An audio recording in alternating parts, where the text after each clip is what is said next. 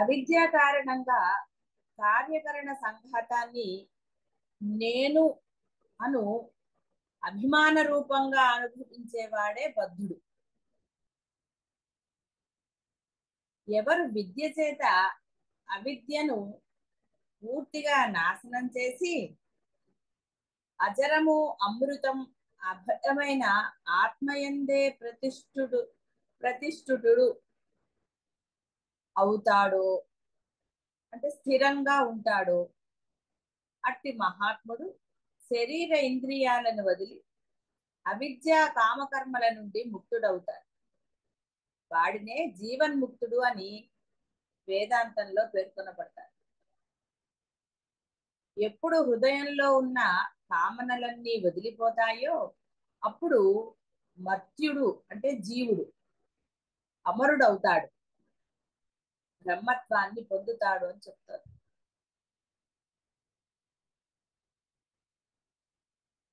అవిద్య కామకర్మల నుండి ముక్తుడవుతాడు.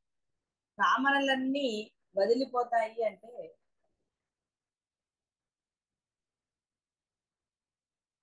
ఇక్కడ కోరికలకి చాలా సూక్ష్మమైన అర్థం తీసుకోవాలి.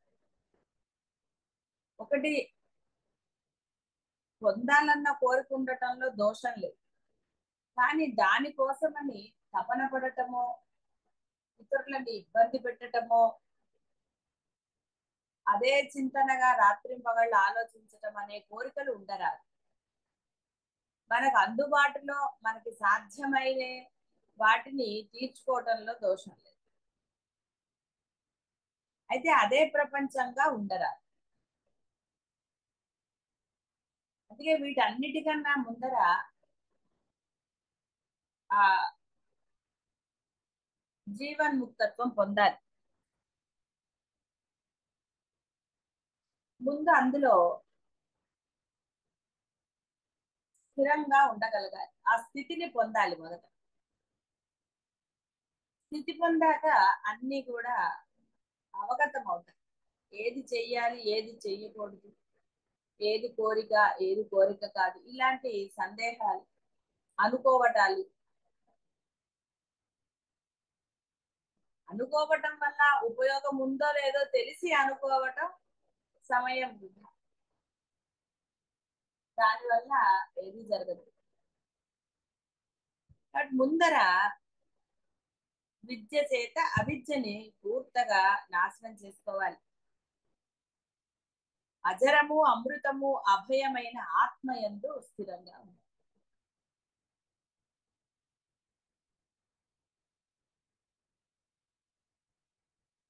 ఎప్పుడు హృదయపు చిక్కుముడులన్నీ విడిపోతాయో అప్పుడు జీవుడు అమరుడవుతాడు.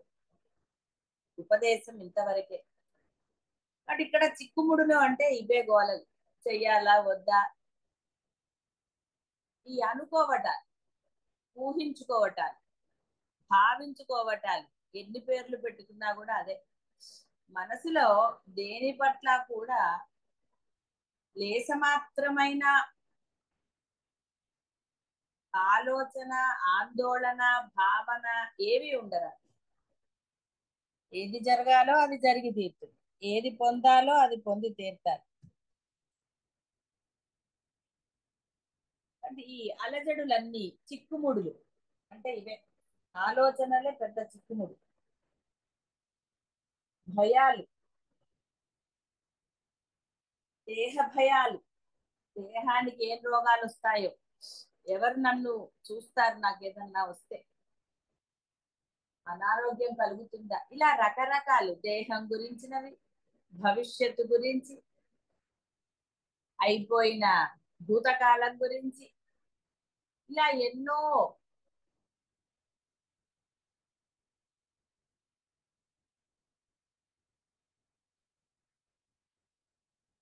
దేహానికి వచ్చినవి మీరు ఉంచుకుంటే ఉంటాయి.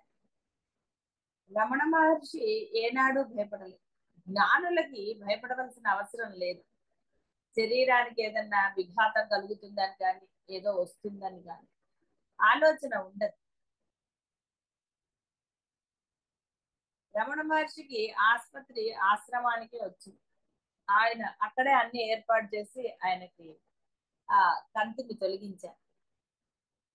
ఆయన ఎనస్థీషియా వాటన్నిటికీ కూడా పెద్ద ఏం పట్టించుకోలేదు, అక్కర్లేదు అన్నాడు ఆ స్థితి. అయితే ఇక్కడ ఇది విన్న వాళ్ళకి ఆయన మహానుభావుడు కాబట్టి, లేకపోతే ఏవో రకరకాలుగా సమర్థింపులు చేస్తారు. రమణ మహర్షికి జీవుడికి అంటే అజ్ఞాన జీవుడికి పెద్ద భేదం ఏం లేదు. అందులో జ్ఞానం తెలిసిన జీవుడు ఈ సమర్థింపుల దగ్గర ఉంటే వాడు ఎప్పటికీ వాడి యొక్క అవిద్యను పోగొట్టుకోలేదు. అంటే వాడికి విద్య తెలిసినా కూడా వృధానే. రమణ మహర్షి దానిని ఆచరణలో పెట్టాడు కాబట్టి భగవాన్ అయ్యారు, అంటే జ్ఞాని అయ్యాడు. ఆచరణలో పెడితే తప్ప ఈ యొక్క ఆత్మ సాక్షాత్కారం అనండి, లేదా బ్రహ్మత్వం అనండి, జీవ బ్రహ్మైక్యం అనండి, ఏది పొందలేదు.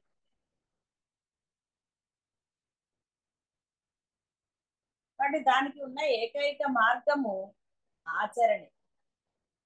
ఇక్కడ ఆచరణ అన్నా కూడా ఏదో పెద్ద కష్టమైన ఆచరణ అసలు ఏదీ లేదు.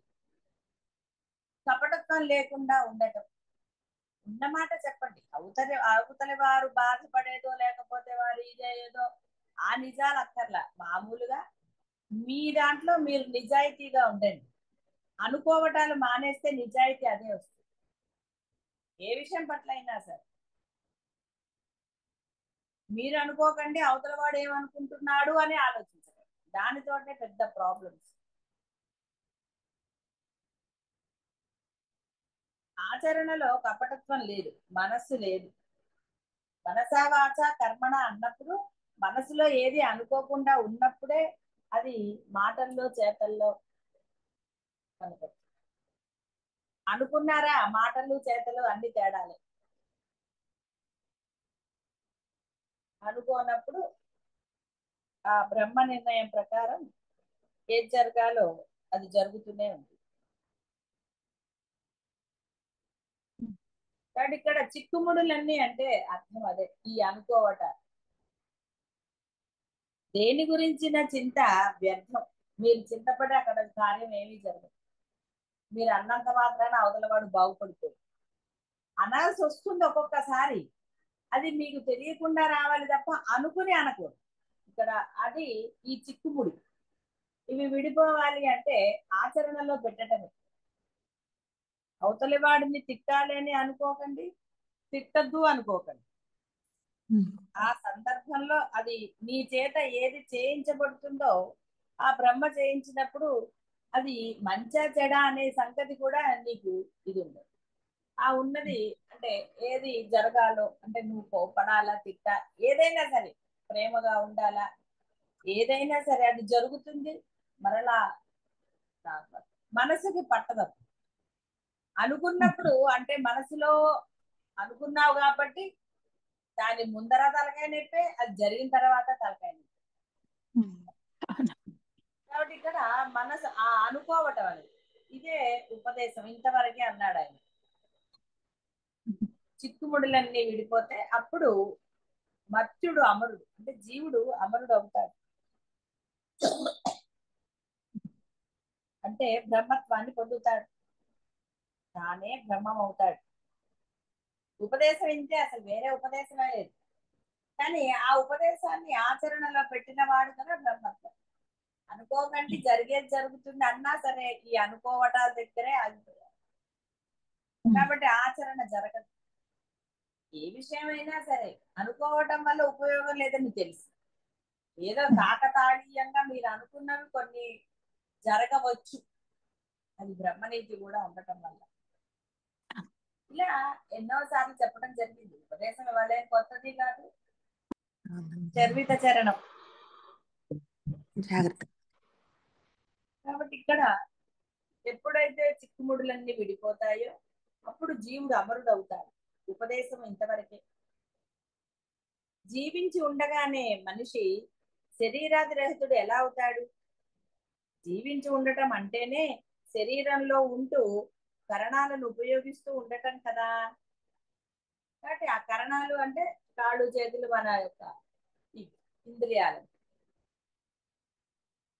వ్యవహార దృష్ట్యా జీవనం అంటే శరీర ఇంద్రియ సంఘాతంతో వ్యవహరిస్తూ ఉండటమే, అందులో ఏం సందేహమేం లేదు.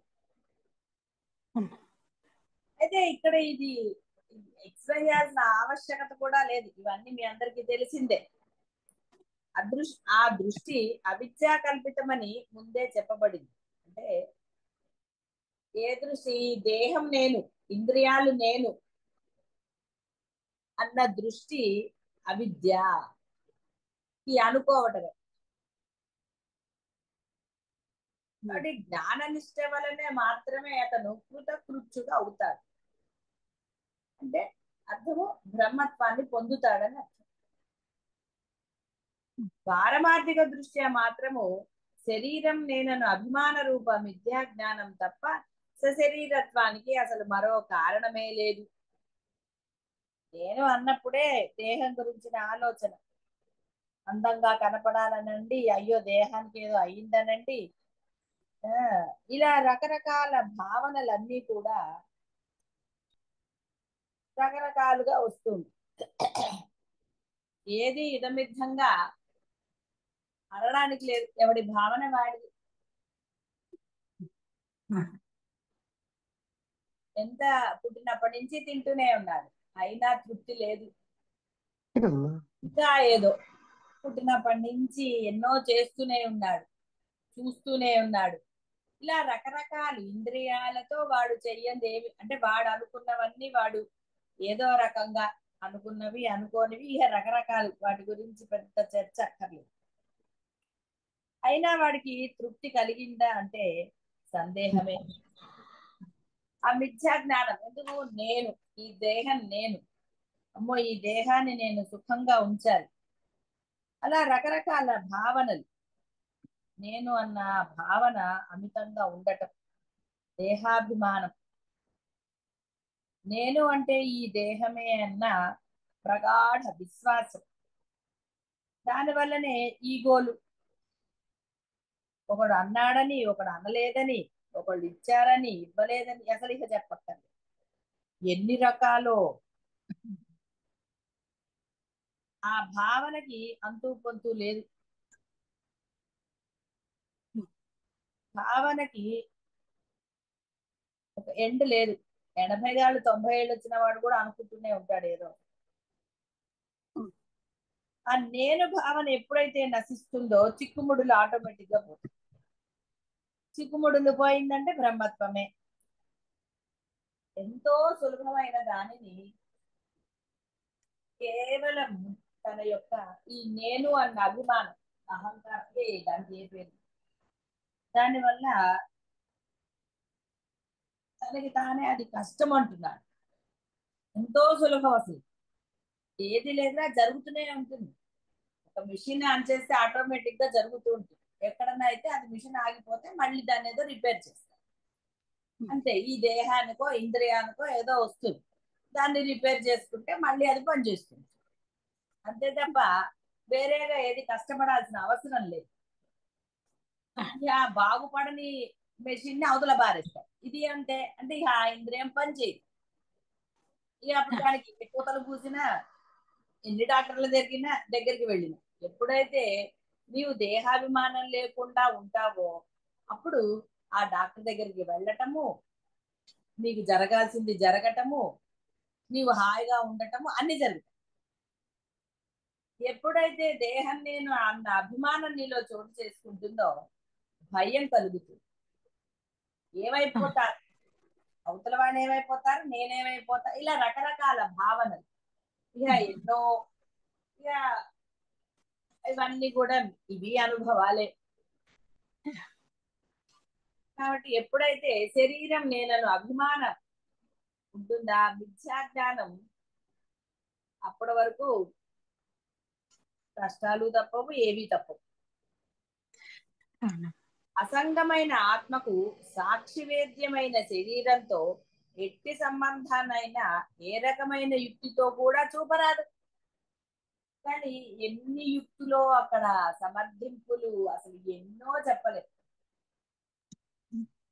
అనుకున్న దానికి అవతల వాడు అనుకుంటున్నాడు అన్న దానికి అసలు శక్తి యుక్తులన్నీ ఆ సమర్థింపులకే వాడుతున్నారు. వివేక చూడమణిలో కూడా చెప్పారు, అరే నీ శక్తి యుక్తులన్నీ ఇలా చూపించరా, దేహం నేను కాదని చూపించరా అంటే దేహం నేను అన్న ప్రగాఢ విశ్వాసానికే సమర్థింపులు వాడుతున్నారు. ఒక కష్టం రాగాన్ని తల్లడిల్లిపోతున్నారు, ఏమైపోతుంది అది కష్టం అంటున్నారు.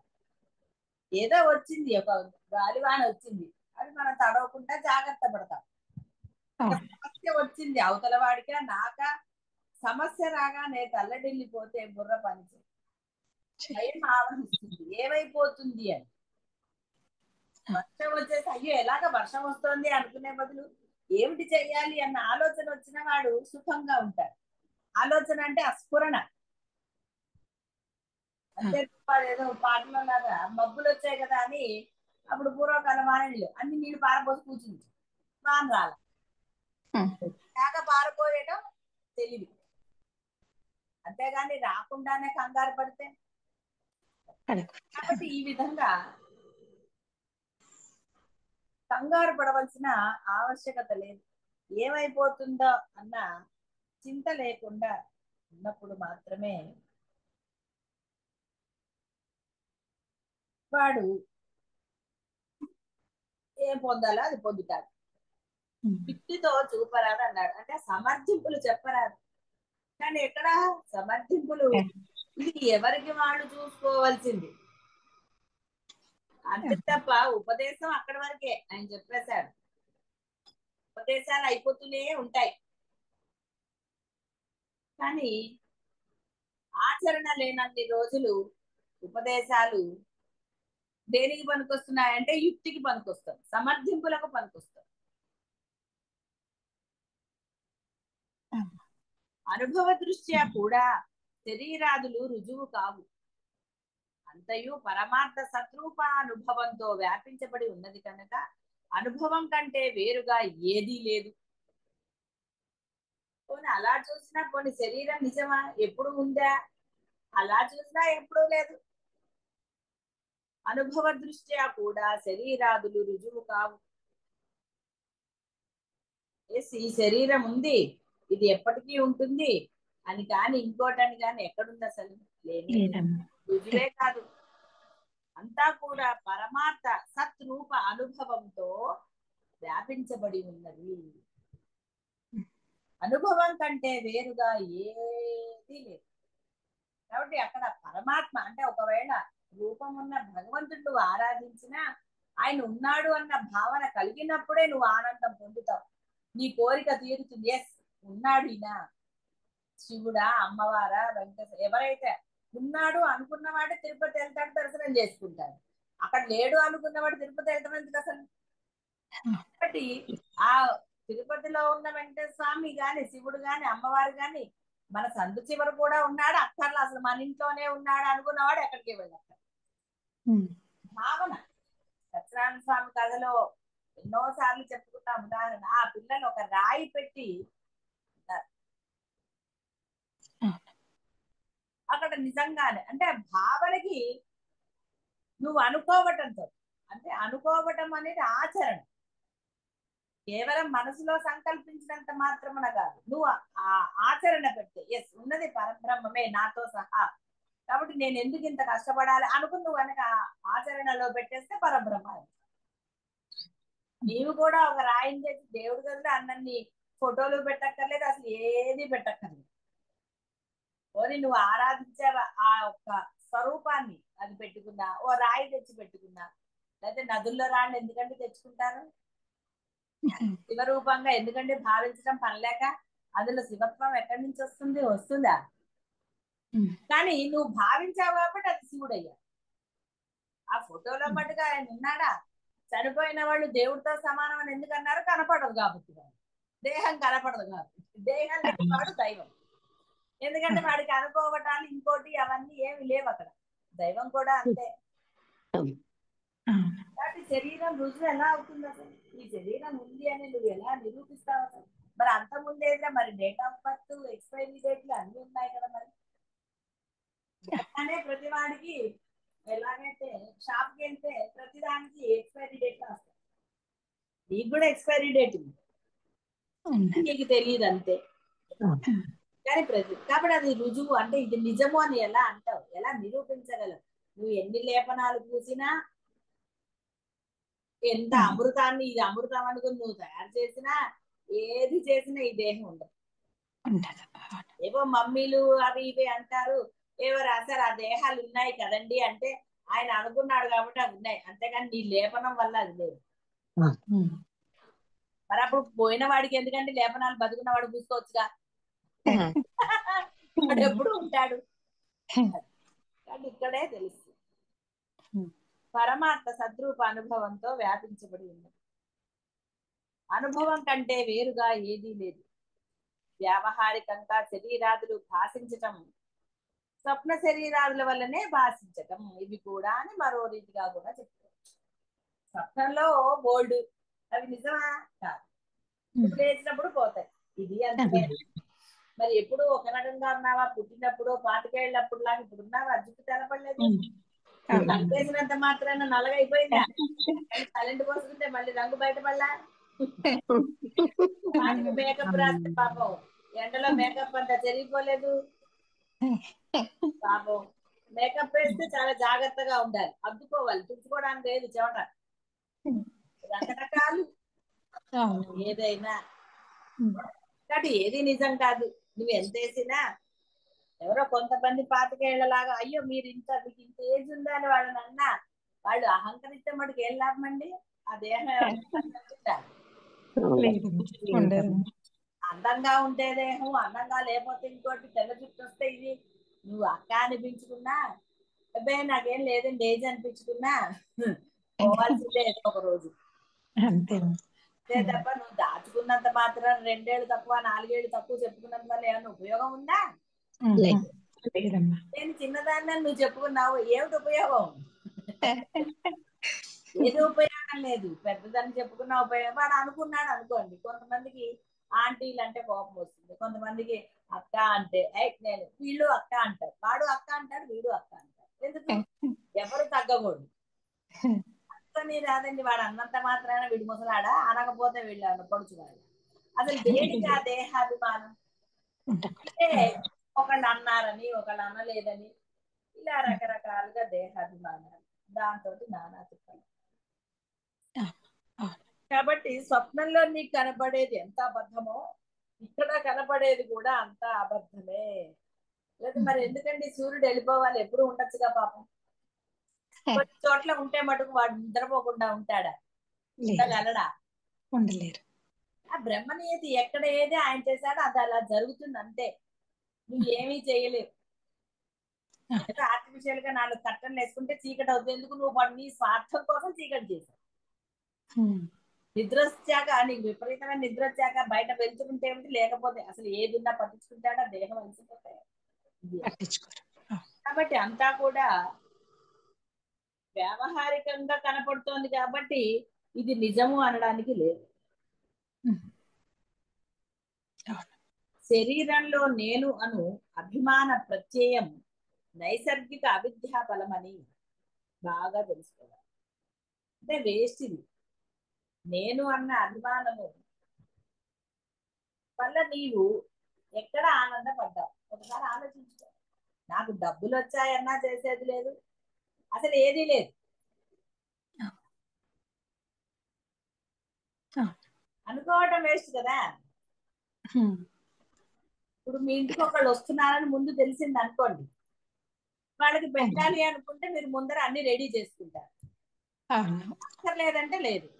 వాళ్ళు వచ్చాక అయ్యో ఏమీ లేవు, అయ్యో ఏమీ లేవండి, ఏమీ పెట్టలేకపోయావండి అనటంలో అర్థం ఉన్నదా? లేదు. ఎందుకంటే వాళ్ళు వచ్చేవాళ్ళు వాళ్ళు వస్తున్నారని నీకు తెలియకుండా అన్ఎక్స్పెక్టెడ్ గా వచ్చావా, అది వేరే విషయం. కానీ వస్తున్నారని తెలిసి ఆ మాట అనటంలో ఏమిటండి ఉపయోగం? ఇగో ఇలాంటివన్నీ కపటత్వం కాదది. దేనికి అనటం? ఎందుకంటే నువ్వు పెట్టకూడదని నిర్ణయించుకున్న తర్వాత నువ్వు పెట్టవు. ఆ మాట అనటంలో అర్థం ఏమన్నా ఉందా? లేదు. లేనిపోని మాటలు ఇవి ఏమవుతాయి మనసుకి, అవతల వాళ్ళ మనసుకి కాదు, నీ మనసుకే మంచిది కాదు. నీ మనసుకి తెలియదు, అది తెలుసు కదా. మరి ఎందుకు అలాంటివి పెట్టలేదు? ఊరుకో. ఆ మాట అనటం వల్ల మీ అందే ఏమన్నా ఇది వస్తుందా? అవతల వాళ్ళు మంచితనం అనండి, లేదా ఇంకోటి అయ్యో పర్వాలేదులేండి అని ఏదో మాట్లాడతారు. ఎందుకులే వాళ్ళని ఇబ్బంది పెట్టడం అనండి. అదే కనుక వాళ్ళు అన్నారు అనుకోండి, నేను వస్తున్నానని తెలిసినప్పుడు ఆ మాత్రం నువ్వు పెట్టలేవా అంటే అప్పుడు ఏమవుతుంది వాళ్ళ పరిస్థితి? అదే నేను వస్తున్నానని తెలుసు కదా మీకు అని అంటే కాబట్టి ఇక్కడ ఇవన్నీ కూడా ఈ నేను అన్న అభిమానం. అభిమానం అంటే అర్థం ఈ అనుకోవటాలే. ఎందుకంటే మీ ఇంటికి ఎవరు ఊరికే రారు, గుర్తుపెట్టుకోండి. ఒకళ్ళు వస్తున్నారు అంటే అది ఇక గురువులు వస్తున్నారు అంటే కూడా అని మీకు అందరికీ తెలియందేం కాదు. గురువుకి నువ్వు ఎలా చేస్తున్నావు అనేది నీ యొక్క దాని మీద ఆధారపడి ఉంటుంది. అంతే తప్ప నువ్వు ఏదో భావన చేసి ఏదో చేస్తే అంతే. ఇక్కడ ఏం జరుగుతుంది అనే బాహ్యమైన ఫలితాల గురించి నేను ఎప్పుడూ చెప్పను. అనవసరం అది. బాహ్యంలో నువ్వేమిటి పొందుతావు ఆ దేహంతో? పొందేది ఏమీ లేదు. చెప్పటం వల్ల విని బాధపడిన వల్ల ప్రయోజనం లేదు.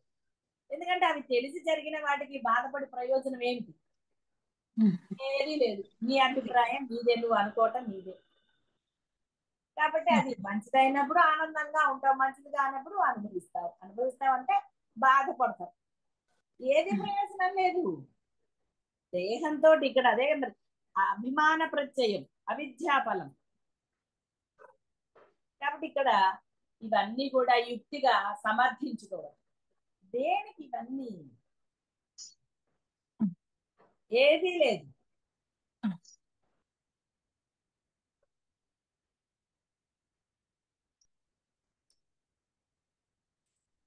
ఎలా మసక చీకటిలో ఇది స్తంభము అని స్పష్టంగా గుర్తించినప్పుడు ఆ స్తంభము గురించే రకరకాలుగా మనిషి అనుకోవచ్చు, ఇంకోటి అనుకోవచ్చు, ఏదైనా సరే తాడు పాముల. ఎలాగైతే ముత్యపు చిప్పయందు అకస్మాత్తుగా దృష్టి పడినప్పుడు వెండి అని నిశ్చిత అంటే వాడు అనుకుంటాడు, అభిప్రాయం వాడు అనుకుంటాడు ఇది అదే అని. అలాగే దేహాది సంఘాతం నందు నేను అను ఈ యొక్క అభిమానం ఆత్మ అనాత్మల అవివేకం వల్ల ఉత్పన్నమవుతుంటే, అయితే ఇక్కడ రెండు చెప్పాడు, ఆత్మ అనాత్మ. నీ బుద్ధి ద్వారా నువ్వు ప్రయత్నం చేసి దాన్ని ఇంకో సమర్థించుకుంటే ఏమిటి ఉపయోగం? దా చెప్పినట్టుగా నేను అన్న అభిమానం నీ శరీరంలో ఉన్నంత కాలం నీకు ఇవి తప్పు.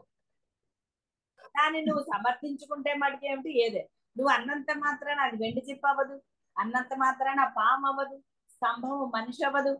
నీ భావన నిన్ను భయపెట్టింది. నువ్వు అనుకోవటం వల్ల బాధ నీవు అనుభవించావు. అంటే అనుభవం జరిగింది, ఆచరణ జరిగింది. అంటే నువ్వు అనుకునే దానిని బట్టి నీ యొక్క ఆచరణ అంటే ఆ భయం కలిగింది నీకు. దాని యొక్క ఇది జరుగుతుంది. ఇలా ఎందుకు? దేనికి అనుకోవటం దేనికి? అసలు అనటం దేనికి, అనుకోవటం దేనికి? ఎందుకంటే నువ్వు అనుకున్నావు కాబట్టి అనుకున్నది ఆచరణలో పెడతావు. దానిని సమర్థించుకోవడానికి మరలా ఒక మాట వస్తుంది. అవసరమా? కాబట్టి ఇక్కడ మీరు పరమాత్మ గురించా, గురువుల గురించా, జ్ఞానుల గురించా, దేని గురించైనా మీరు వారిని దేహంగా భావించినప్పుడే మీకు తలకాయ. మీ యొక్క భావన ఉన్నతంగా ఉన్నప్పుడు మీరు సమర్పించేది కూడా ఉన్నతం అవుతుంది. అంటే సమర్పించినా సమర్పించకపోయినా అంటే సమర్పించడం అంటే ఇక్కడ మీ హృదయం కావచ్చు, బాహ్య ఇదైనా ఏదైనా సరే అఖండమే అవుతుంది. నీ అనుకోవటంతో ఆ యొక్క గోలలు మొదలవుతాయి. ఈ నేను అన్న అభిమానం దేహంలో ఉన్నప్పుడే నానా రకాలుగా జరుగుతుంది.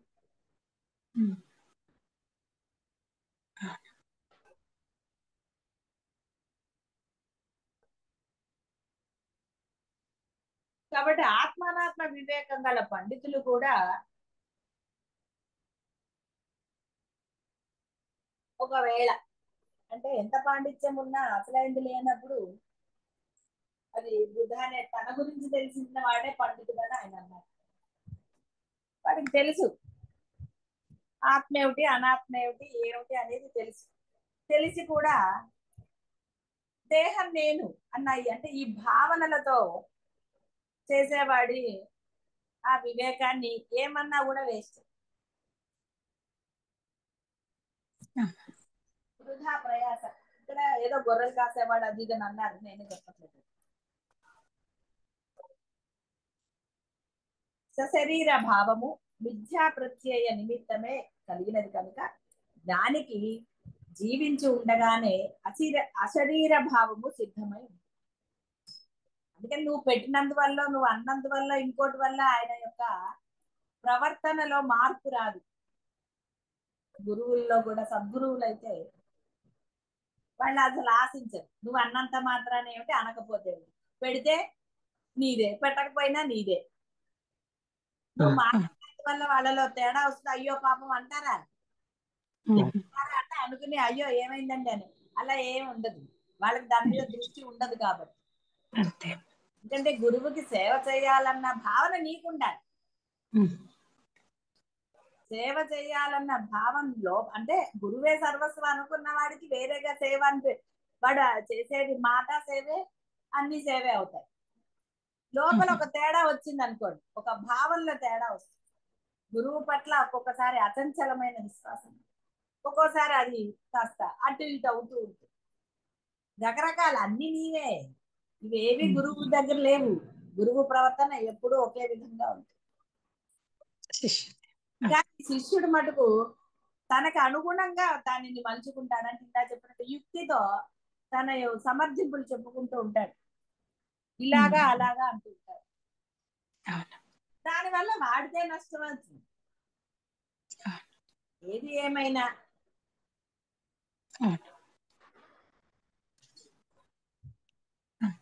నిన్న ఎవరో చెప్పిన మాటలు, ఒక భయం కలిగింది అంటే ఇంకా భయాల్లోనే ఉన్నారు, ఇంకా ఆలోచిస్తూనే ఉన్నారు, ఇంకా ఏవేవో అనుకుంటూ ఉంటుంది. అంటే ఎక్కడ గురువు ఉన్నాడన్న ధైర్యం లేదు, గురువు చూసుకుంటాడు అన్న ధైర్యం అన్నిటిలో కలగలేదు. ఎవరో టికెట్లు కొనుక్కోవాలి అంటే ఏమైపోతుందో అనే ఆలోచన, అది ఇదని ఏదో చెప్పారులేదు, నవ్వొచ్చు. మరి ఒక మూల నువ్వు గురువు ఉన్నాడని చెప్పి మరి ఆ గురువు చూసుకుంటాడన్న ధైర్యం టికెట్ విషయంలో ఎందుకు కలగలేదు? ఇలా రకరకాలు ఉంటాయి అందరు. అంటే మళ్ళీ వాళ్ళకి ఒక్కొక్కసారి టికెట్లు అసలు ఏ విషయంలోనైనా జరగచ్చు, ధైర్యం ఉంటుంది గురువు చూసుకుంటాడులే అని. ఇక్కడ ఏమవుతుందంటే ఈ నేను భావన ఎక్కువ ఉన్నప్పుడు గురువు పాపం వెనక్కి చీకట్లో గడిపోతాడు. అంటే తోసేస్తారు మీరే, ఆయన ఎందుకు వెళ్తాడు పాపం, ఆయన ఎప్పుడు వెళ్ళడు, ఆయన ఎప్పుడు వెలుతురులోనే ఉంటాడు. మీరు ఆయన తోసేస్తారు, ఎందుకంటే అక్కడ నేను ప్రకాశించి సూర్యుడు ప్రచండంగా వచ్చాడు అనుకోండి, ఇంట్లో మీరు ఎన్ని ట్యూబ్ లైట్లు వేస్తే మనకి ఏం లాభం అండి? అలాగే నేను ప్రచండంగా వెలిగింది అనుకోండి, పాపం గురువుకి ప్లేస్ ఏది అక్కడ? గురువు ఉన్నాడు అనుకున్నప్పుడు ఈ నేను చక్కగా ఒదిగిపోతుంది. కాబట్టి అప్పుడు అక్కడ ఏమిటి లేదు, భయానికి తావు లేదు, ఆలోచనకి లేదు, దేనికి తావు లేదు. అనుకోవటాలు ఎక్కడున్నాయి?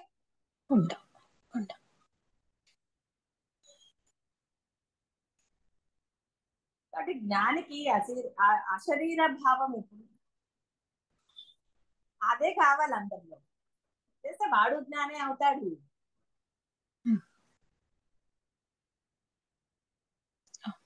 ఎలాగైతే పాము కుబుసముని విడిచి పుట్టలోనే వదిలిపోయి పడి ఉంటుందో అలాగే ఈ జ్ఞాని శరీరం పడి ఉంటుంది. అందుకని ఇతడు అశరీరుడు, అమరుడు, ప్రాణము బ్రహ్మే, తేజము ఆ స్వరూపము అతను. ఆ కుబుసాన్ని వదిలేస్తుంది, అది అలాగే ఉంటుంది.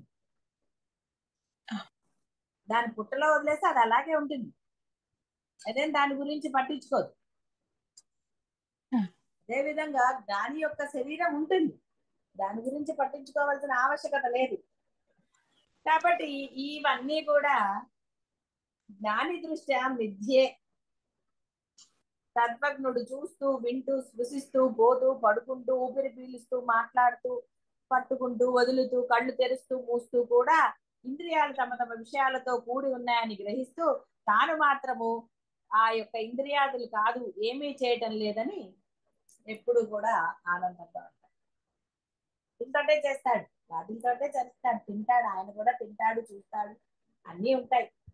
ఆయన అరుస్తాడు, అన్నీ అంటారు, కానీ అదేది తాను కాదన్న పరమ సత్యాన్ని తెలుసుకుని ఆనందం.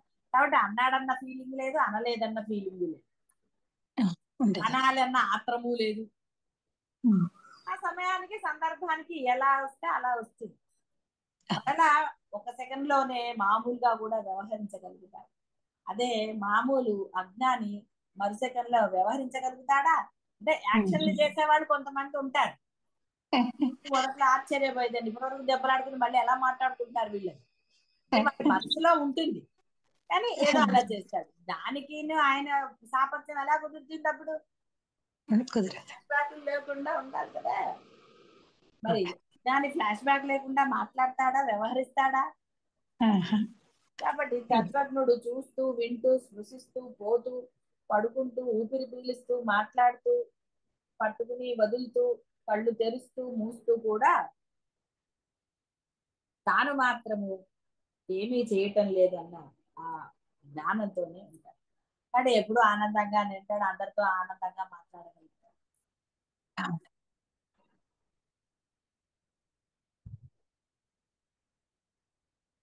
కాబట్టి అనుకోవడం ఇది ఇప్పటికి చాలా సార్లు అయింది అనుకోండి. అనుకోవటం కూడదు అని చెప్పటం అనేది అనుకోవడానికి కూడా విసుగొచ్చుంటుంది ఆ పదానికి కూడా. అరే ఏదైనా గురువు ఉపదేశం మాత్రమే చేయగలుగుతాడు, ఆచరణ పెట్టవలసినది శిష్యుడే. పెట్టిన శిష్యుడు గురువు లాగా అంటే గురువు అవుతాడు. గురువు అవుతాడు అంటే ఇంకోటి ఉపదేశం చేస్తాడు, చెయ్యకపోవచ్చు, కానీ గురువుతో సమానుడు అవుతాడు. గురువు ఆశించేది కూడా అదే అవుతుంది. అంతే తప్ప శిష్యుడు ఎప్పుడూ వింటూనే ఉండాలి, నేను ఎప్పుడూ చెప్తూనే ఉండాలి అనుకునేవాడు గురువే అవ్వడు.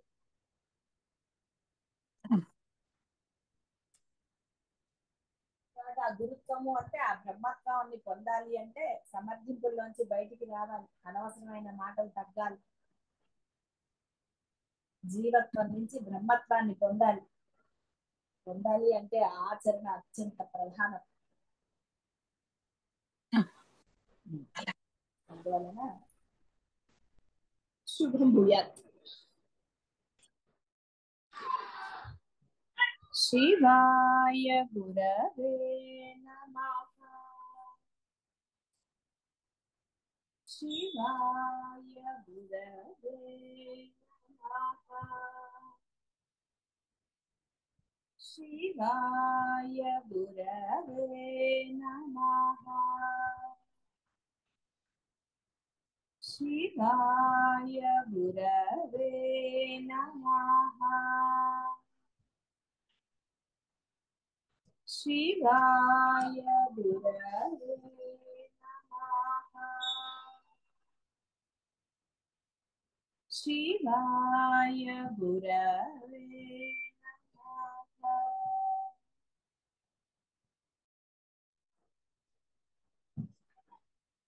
ఎలాగైతే పాము కుబుసము చచ్చి పుట్టలోనే వదిలివేయబడి పడి ఉంటుందో అలాగే ఈ జ్ఞాని శరీరం పడి ఉంటుంది.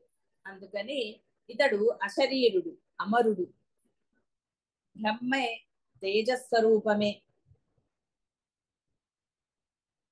కాబట్టి జ్ఞాని చూస్తూ వింటూ స్పృశిస్తూ అంటే అన్ని చేస్తూ ఉంటాడు. ఇంద్రియాలు తమ తమ విషయాలతో కూడి కూడా ఉన్నాయి, అవి గ్రహించినా తాను మాత్రం అది కాదని తెలుసుకుని నిశ్చలంగా ఉంటాడు.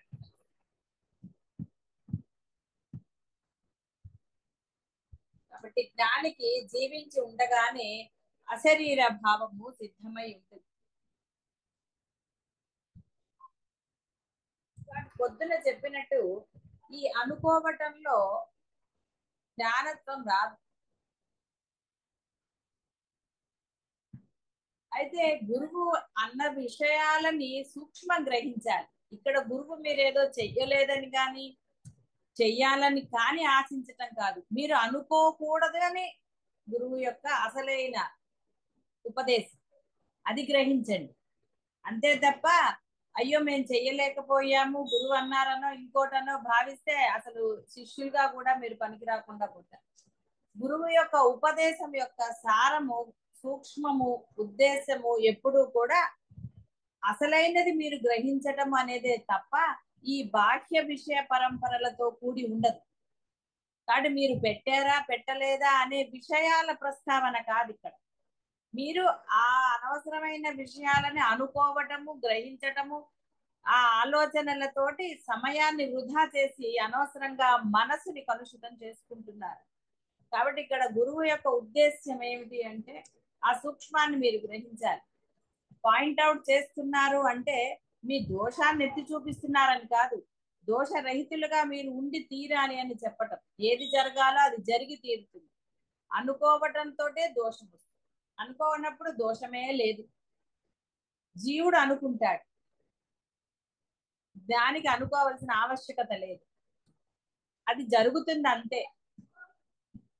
మాట్లాడేటప్పుడు ఇందాక చెప్పినట్టుగా ఊపిరి పీలుస్తూ మాట్లాడుతూ అంటే ఏదో మీతో మాట్లాడుతూ ఉంటారు, లౌకికము మాట్లాడతారు, అన్ని ప్రాపంచిక విషయాలు ఏది తెలియనట్టే ఉంటారు, ఏదో చెప్తూ ఉంటారు, చేస్తూ ఉంటారు. దాని సూక్ష్మాన్ని గ్రహించిన వాడు ముందుకు వెళతాడు. వాడు అనుకోడు ఆ గురువు గారు కూడా ఇలాగే అనుకున్నారు, ఇలా మాట్లాడారు అన్న భావం వాడికి రాదు. సూక్ష్మం పట్టుకున్న వాడికి బాహ్య ప్రపంచం యొక్క ఈ సంభాషణలతో పని లేదు. కాబట్టి ఇక్కడ గురువు మిమ్మల్ని పాయింట్అవుట్ చేస్తున్నాడన్నా ఇంకోటన్నా మీరు చేసిన వాటిని చెప్తున్నాడు అంటే అక్కడ ఏదో ఆశించి కాదు, ఇంకొకటి కాదు. మీరు అలాంటివి చెయ్యరాదని ఇన్ని చెప్పినా ఎందుకు అది గురు విషయంలోనే ఎందుకు చేస్తున్నారు అని అసలు ఎక్కడా చెయ్యరాదు. గురు విషయంలో చేయకుండా ఉంటే అంటే ఆ అనుకోవటాలు, భావనలు అవి లేకుండా ఉంటే ఆ గురువు అనుగ్రహం పరిపూర్ణంగా లభించి అన్నిటా కూడా ఆచరణ సాధ్యమవుతుంది, సులభతరం అవుతుందని చెప్పటమే. కాబట్టి ఇక్కడ సర్వకర్మలను మనసుతో సన్యసించి నవద్వారములు గల పురంలో ఆత్మ ఏది చెయ్యకుండా చేయించకుండా సుఖంగా స్వవశంలో ఉంటూ కూర్చుని ఉండాలి. కాబట్టి సర్వకర్మలను మనసుతో సన్యసించి, బాగుగా సంన్యసించి బాగా వాటిని వదిలివేయాలి మనస్సుతోటి. అంటే సర్వకర్మలు, ఈ అనుకోవటమే అసలైన పెద్ద భయంకరమైన దోషపూరితమైన కర్మ. అది గురు విషయాల్లో అనుకుంటే మహాదోషం. మీరు ఏ భావన చేసినా అంతే. గురువు గొప్పవాడు అన్నా కూడా అది దోషమే. గురువు గొప్పవాడని నువ్వు అనాలా? అక్కర్లేదు. గురువుని నువ్వు పొగడక్కర్లేదు. నువ్వు గురువు యొక్క ఆ ఉపదేశాన్ని ఆచరణలో పెడితే అది నువ్వు గురువుని పొగిడినట్టు, ఆయనకి గౌరవాన్ని ఇచ్చినట్టు. అంతే తప్ప గురువుని పొగడాలని కానీ లేకపోతే ఇంకొకటి కానీ అసలు ఏది నువ్వు భావించరా. మనసా వాచ కర్మణ గురువు యందు మనసుని, మనసు అంటే జీవుణ్ణి అక్కడ లయం చెయ్యాలి. సేవ కూడా అలా చేసినప్పుడే అది సేవ అవుతుంది. లేదా అది సేవ ఎలా అవుతుంది? మీరు అనుకున్నది సేవ అవ్వదు. మీరు అనుకున్నది సేవ అయితే ఎప్పుడో తరించిపోతారు. కాబట్టి ఇక్కడ మీరు అనుకున్నది సేవ కాదు. మనసులో ఏ భావం లేకుండా స్ఫురణతో మీరు చేస్తే అది సేవ. అది ఏదైనా సరే మీరు సమర్పించినది కూడా సేవతో అవుతుంది. ఎందుకంటే మనసులో అన్య భావం లేదు కాబట్టి అది అమోఘంగా పనిచేస్తుంది. అప్పుడు అది ఏదైనా సరే మాట కానివ్వండి, చేత కానివ్వండి, అన్ని కూడా దోషరహితంగా ఉంటాయి. బాధపడక్కర్లే, అయ్యో నేను ఇలా మాట్లాడానే, ఇలా చేశానే అన్న ఆలోచన రానివ్వదు. దోషం లేదు కాబట్టి ఆలోచన ఉండదు. ఆలోచన ఉన్నప్పుడు దోషాలు జరుగుతాయి, మళ్ళీ ఆలోచన. ఆలోచన లేనప్పుడు దోషము లేదు, మరలా ఆలోచన లేదు. అది కాబట్టి సర్వకర్మలను మనసుతో సంన్యసించి నవద్వారములు గల పురములో, అంటే ఈ శరీరం అని, ఆత్మ ఏది చెయ్యకుండా చేయించకుండా సుఖంగా స్వవశంలో ఉంటూ కూర్చుని అవి జరుగుతాయి అంతే. బాహ్య ప్రపంచంలో మెషిన్ కి నువ్వు ఒక స్విచ్ వెయ్యాలంతే, దాని పని అది చేసుకుంటుంది. అంటే ఒక్కొక్క మెషిన్ ఒక్కొక్కటి దాని పని అది చేస్తూ ఉంటుంది. అదే విధంగా ఇక్కడ స్విచ్ వేయటం అంటే ఇక్కడ నువ్వు స్విచ్ ఆఫ్ చేసుకోవాలి. నీ మనస్సు అనేది జీవుడిని స్విచ్ ఆఫ్ చేయాలి. ఉంటాడు, వ్యవహారం జరుగుతూనే ఉంటుంది నామరూపాలు. ఆ వ్యవహారాన్ని నువ్వు ఎప్పుడైతే నేనుగా అభిమానం లేకుండా ఆ వ్యవహారం చేస్తావో అది బ్రహ్మత్వం అవుతుంది.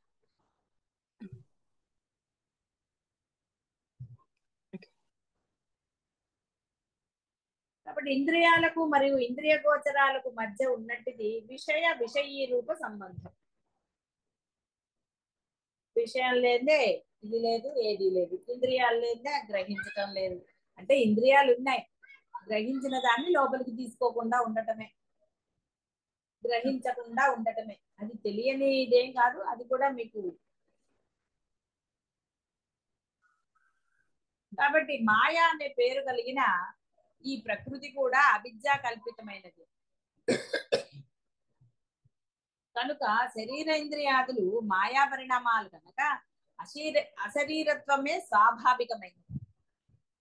పరమాత్మ కూడా అదే చెప్పాడు. కృష్ణ పరమాత్మ కర్తృత్వం గాని, కర్మలు గాని, కర్మఫల భోగం గాని ప్రభువు ఈ జీవుడికి సృజించలేదు, కానీ స్వాభావికంగా అవి జరుగుతున్నట్లుగా అనిపిస్తాయి. అసలు ఆయన ఏది పెట్టలేదు, కర్మ కూడా పెట్టలేదు అన్నాడు.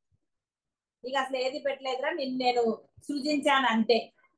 అలా జరుగుతోంది. పెరగటం ఏమన్నా మీరు అనుకుని పెరుగుతున్నారా? ఎవడన్నా అంటే పెరుగుతున్నారా? లాగితే పెరుగుతున్నారా? మాటలు ఎలా వస్తున్నాయి? మాటలన్నీ మీరు నేర్పించలేదు, అవి వచ్చాయి అంతే. వాడు తప్పుగా పలికినప్పుడు మీరు దాన్ని సరి చేస్తున్నారు తప్ప వాడికి ఏం తీరిగ్గా కూర్చుని నేర్పించలేదు.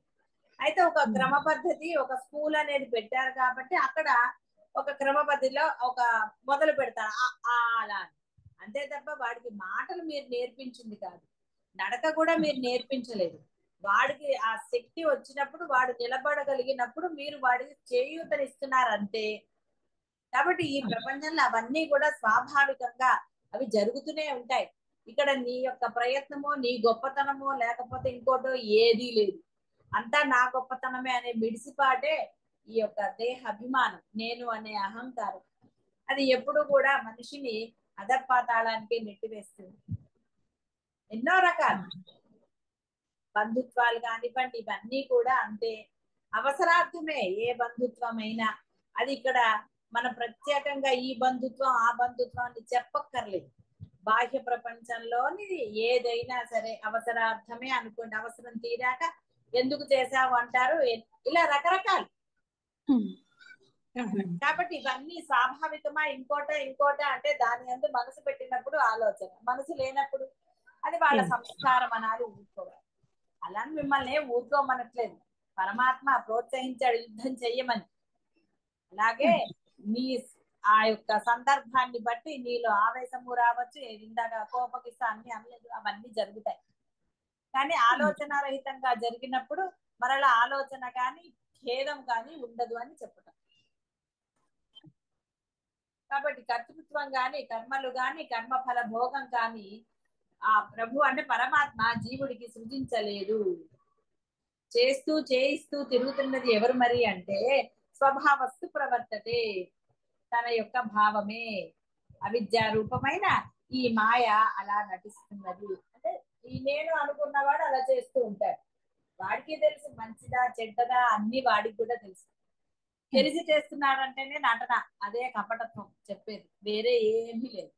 అందుకని నీవు నీలాగా ఉండమని రమణ మహర్షి చెప్పింది. నీ సహజంగా ఉండు, కోపం వస్తే అరు, ప్రేమ వస్తే మంచిగా మాట్లాడు, కానీ అవసరార్థం అన్నది నటన కపటత్వం అవుతుంది. అది బాగా గుర్తుపెట్టుకో. అందుకనే పరమాత్మ సమత్వం సమత్వం అన్నాడు. అందరితో ఒకే విధంగా ఉండరా, నీకు ఎందుకు వచ్చిన గోల, వీడు చెడ్డ వాడు మంచి అని గొడవే ఉండదు అందరితో అని. అదే రమణ మహర్షి తన భాషలో నీ యొక్క సహజ లక్షణంతో ఉండరా అన్నాడు అంతే. అక్కడ తప్పు జరుగుతున్నది, నువ్వు పర్వాలేదు కోపడచ్చు, ఇది చెయ్యొచ్చు.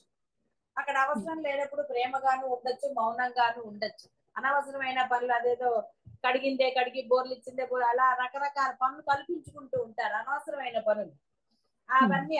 అంటే ఇక్కడ ఎవరికి చెప్పబడుతోంది? ఒక శిష్యుడికి, శిష్యుడు అయిన వాడికి, లేదా ఆ యొక్క బ్రహ్మత్వమే పొందాలి అన్న తపన ఉన్న వాడికి ఇవన్నీ. తపన లేని వాడికి ఏది చెప్పినా వృధానే. తపన ఉన్నా సరే ఆచరణలో పెట్టిన వాడికి వృధానే. ఆ తపన అంటే ఆచరణలో ఉండాలి ప్రతిదీ. అందుకనే దైనందిన జీవితము ప్రతి క్షణం కూడా ఆచరణలో లేని ఉపదేశాలు వ్యర్థం. ఇది గురువు తప్పిదమ్మా శిష్యుడు తప్పిదమ్మా అంటే సమర్థించుకునేవాడు గురువుదే అనొచ్చు. నష్టమే లేదు. నువ్వు గురువు అన్నంత మాత్రాన గురువుకి వచ్చే నష్టము లేదు. గురువు విద్య అవిద్య అయిపోదు. ఎందుకంటే గురువు తన యొక్క ఉపదేశాన్ని పలు రకాలుగా ఎన్నో విధాలుగా ఆ బోధ జరుగుతూనే ఉంటుంది.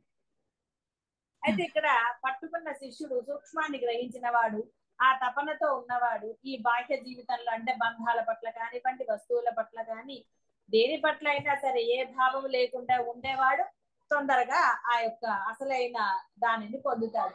లేదనుకోండి అనుకుంటూ ఉంటాడు, ఇంకోటేదో అంటాడు, ఇక వాడు ఆ జీవత్వంలోంచి బయటికి రాడు. ఉపదేశాల దారి ఉపదేశాలదే, జీవత్వం జీవత్వమే.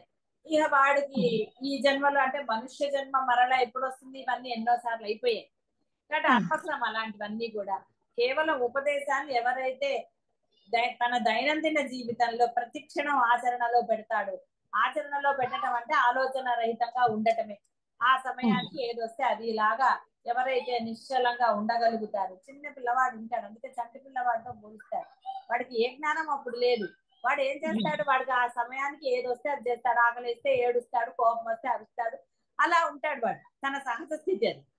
అదే విధంగా ఉండమని చెప్తారు. అందుకని పోలిస్తారు తప్ప అక్కడ వాడికి అజ్ఞానము ఇది అజ్ఞానం అంటారు. అదే నీవు కూడా ఆ విధంగా ఉండు. ఆ సమయానికి ఎలా అయితే అలా, ఇది కావాలని ఇది వద్దు అని ఇలాంటి అభిప్రాయ భేదాలు భావాలు లేకుండా ఉండాలని చెప్పడం. కాబట్టి కర్తృత్వము లేదు, కర్మ లేదు. కర్తృత్వం లేనప్పుడు కర్మ ఎక్కడి నుంచి వస్తుంది? నేను అన్నప్పుడే కర్మ, నేను లేనప్పుడు కర్మ లేనే లేదు. కాబట్టి నాది అనుకున్నప్పుడు బాధ, నా వాళ్ళు అనుకున్నప్పుడు వాడికి ఏదో అయిపోతుందని దుగ్ధ, ఆపద వచ్చిందన్న భావం, ఇలా రకరకాలు దానితోటి ఇవ్వండి. కాబట్టి ఆ రెండు లేనప్పుడు కర్మఫల భోగం కూడా లేదు అని చెప్పారు. దాని తనకు తాను మాత్రం నేను శరీరాది సంఘాతము కలవాడను కాను, కర్త భోక్తను కూడా కాను అని గ్రహించి ఉంటాడు. కాబట్టి పరమానందంగా సర్వకాల సర్వావస్థల్లోనూ ఉండగలుగుతాడు. అయితే ఇతడు జీవన్ముక్తుడని ఇతరులు ఎలా గుర్తిస్తారు?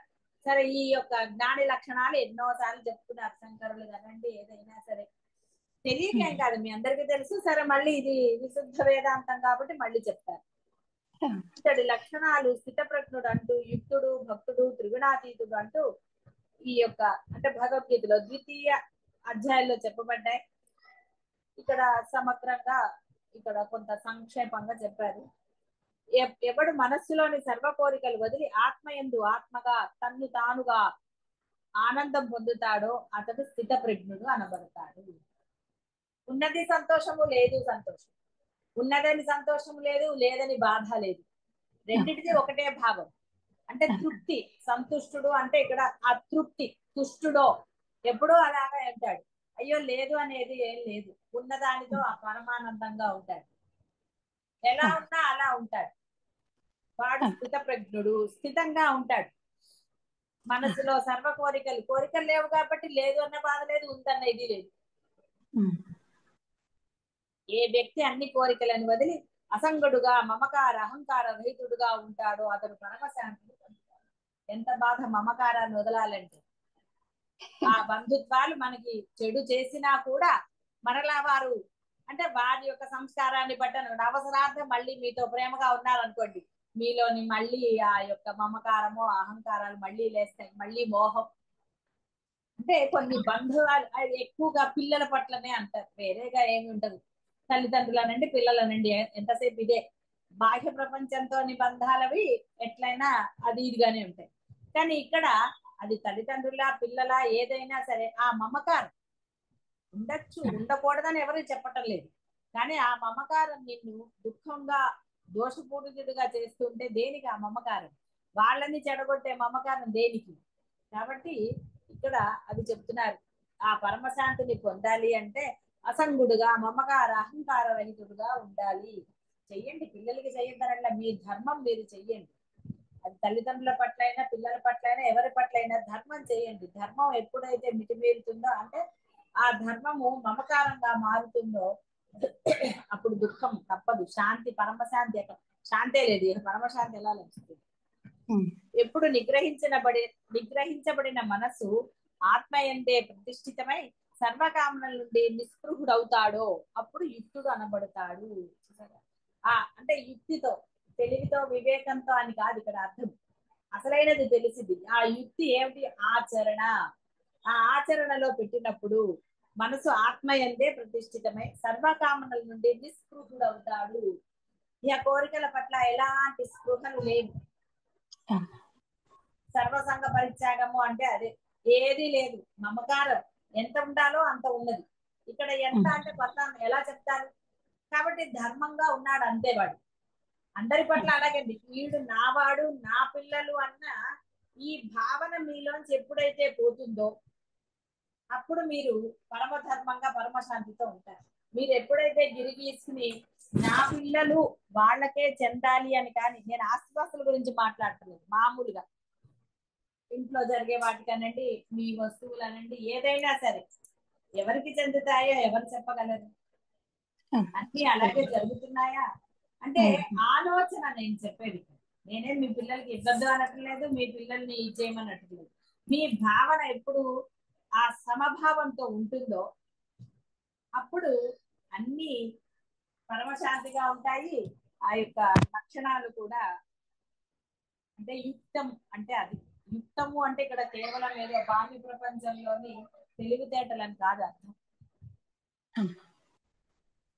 ఆచరణ పెట్టే యోగ్యత.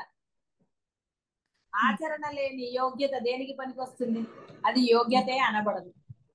ఉపదేశాన్ని ఆ యొక్క యుక్తంగా అంటే అప్పటికప్పుడు ఆచరణలో పెడుతూ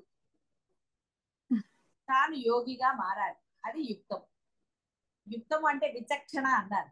ఆ విచక్షణ అంటే ఏంటి? వివేకము అనేది కూడా మళ్ళీ చాలా తరగైనది. విచక్షణ అంటే ఏది చెయ్యాలి, ఏది చేయకూడదనే ఆలోచనని విచక్షణ అంటారు. కాబట్టి ఆ విచక్షణ ఉన్నవాడికి ఇంకా బాధ ఏముంది? అందరూ తన వాళ్లే, భయం దేనికి? జరుగుతుందా జరగదా అన్నవాడికి విచక్షణ ఉండదు.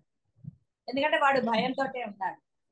ఎలా జరుగుతుందో, ఏమిటి నువ్వు చేసేది, నీ వల్ల ఏమిటి జరుగుతుంది? జరిగేదంతా, జరిగేది, జరిపించేది అన్ని ఆ పరబ్రహ్మం తెలిసిన తర్వాత కూడా ఎలా జరుగుతుందో ఏమిటో, ఎలా అవుతుందో ఏమిటో, ఈ భయాలు దేని?